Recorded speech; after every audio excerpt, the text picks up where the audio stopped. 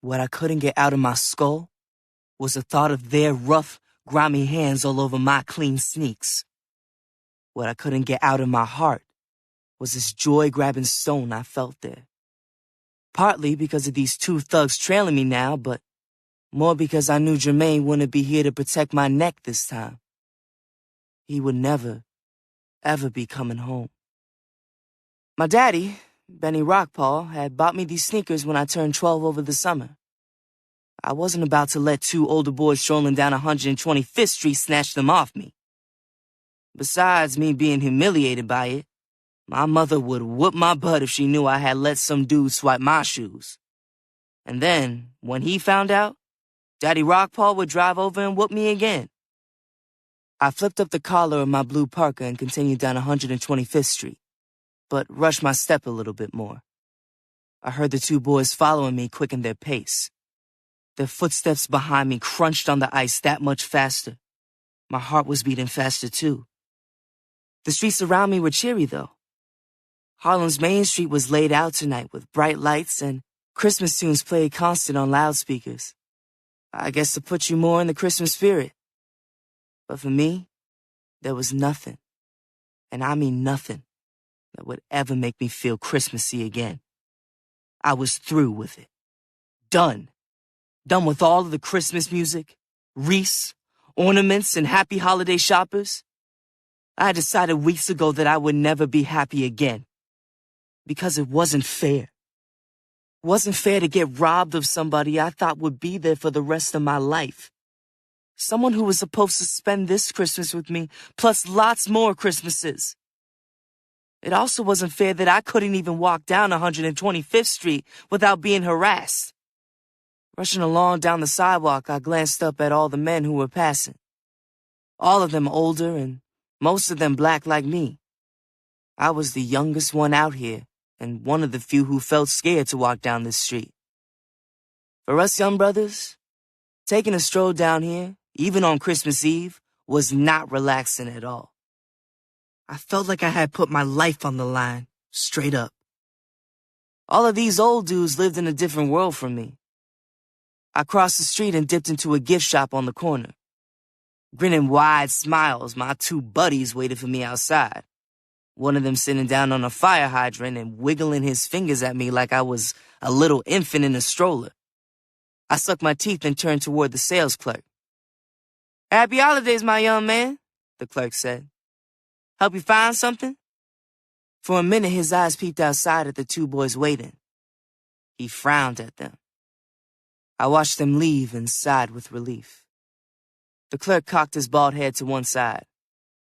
"I need an excellent Christmas gift," I said. "One for my mother, and another one for her, friend. And for my father. But I don't have much money." "Last-minute shoppers," he said, smiling at me. "Come on, we'll get you straightened up. You're lucky we're open this late on Christmas Eve. 125th Street is shutting down." 125th is a big street that runs from the East River on the east side of Manhattan to the Hudson River on the west side of Manhattan. The street cuts right through the neighborhood of Harlem and is where most of the main stores and shops and businesses are. The Apollo Theater, the Adam Clayton Powell Building, and the Studio Museum are all lined up along 125. If Harlem was a human body, then 125th would be its pumping heart, throbbing all the time. I don't know what the neighborhood's brain would be.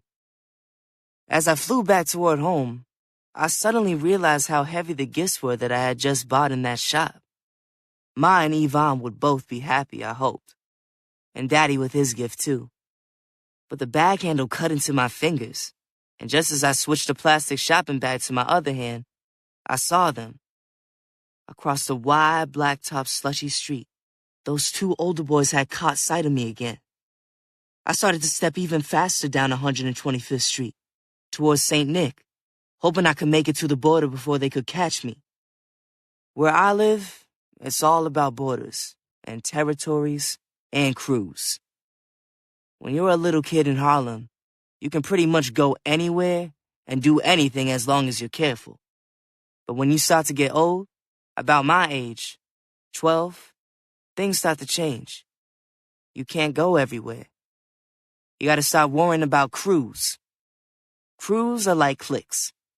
Groups of mostly boys, and sometimes females, who hang out together.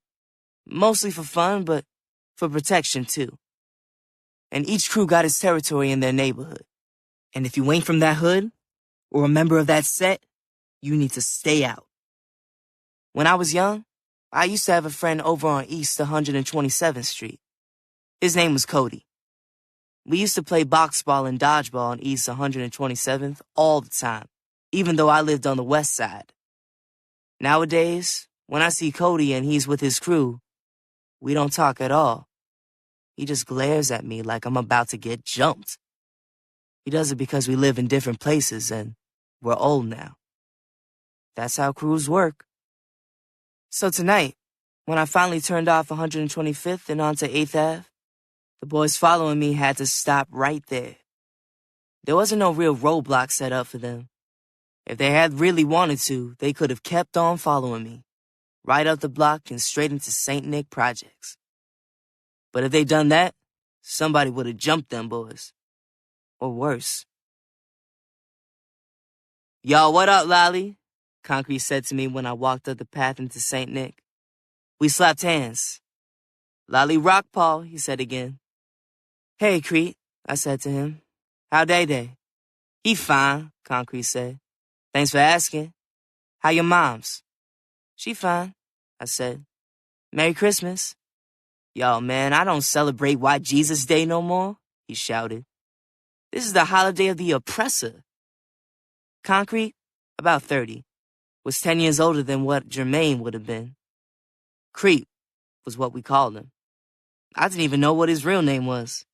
And he probably didn't know that my real name wasn't Lolly, which is what everybody called me. "Sorry, man," I told him. Creep didn't even live in St. Nick, but he was always there, hanging around the big courtyard at his center. As far back as I remember, he had always been in that courtyard, peddling weed. He was a dealer, or street pharmacist. The place where I lived, the St. Nicholas houses, otherwise known as the projects, was like a big family.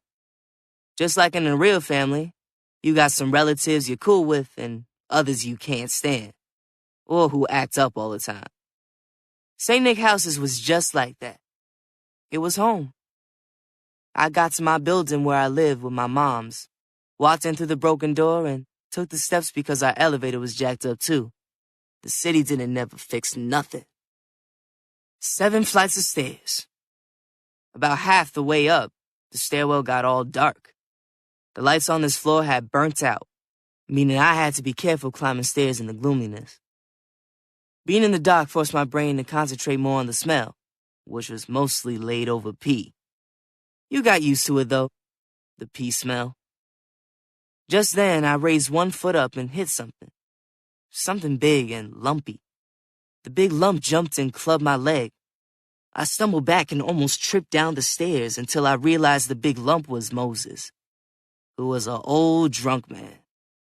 When it was real cold outside, like it was tonight, he sometimes slept in the stairs, until the kids ran him out of here, or the cops. "Merry Christmas, old drunk," I said to him. "Show respect, boy," he shouted after me. "I ain't no drunk. I only booze it up twice a year." "Yeah, I know, Moses. When it's your birthday and when it's not your birthday." His jokes, I'd heard them all before. Moses cackled like an old witch in the darkness while I continued climbing stairs.